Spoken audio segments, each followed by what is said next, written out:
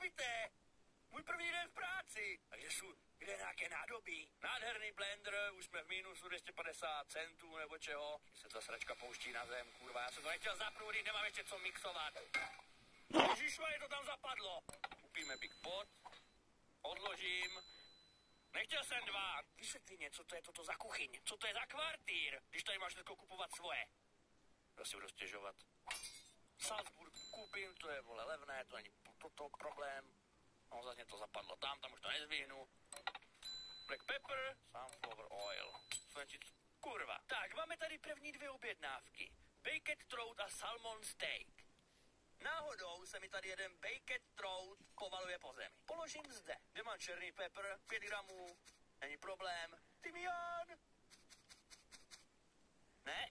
Málo? Chceš víc?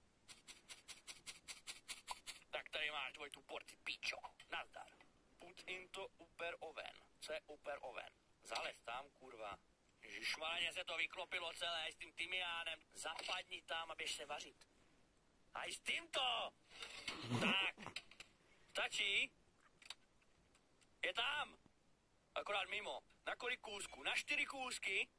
Tak pojď. 1 kůsek, 2, 3.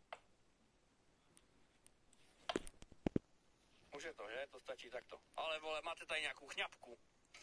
Kurva, pálí, kupiče! Zaň to, pálí to! Moc to pálí, nemůžu na to šahat. Já tady budu takto s tím, vole, ovývat, třeba se to, vole, trošku uklidní. Počkej, vole, mám nápad. Naber! Nechce se nabrat prostě, tady to je pás vedle pasti, kámo.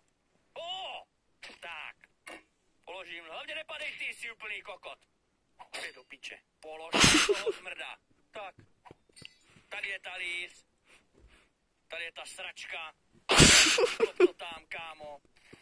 Úplně na piču. Skoro. Horse. Nedrop, kurva. Ty debil. Jo, ještě ty 4 lemonky, to chce uhni. Číslo 1. Lemonek číslo 2. Udává se. Nádhera. Moje pochutina.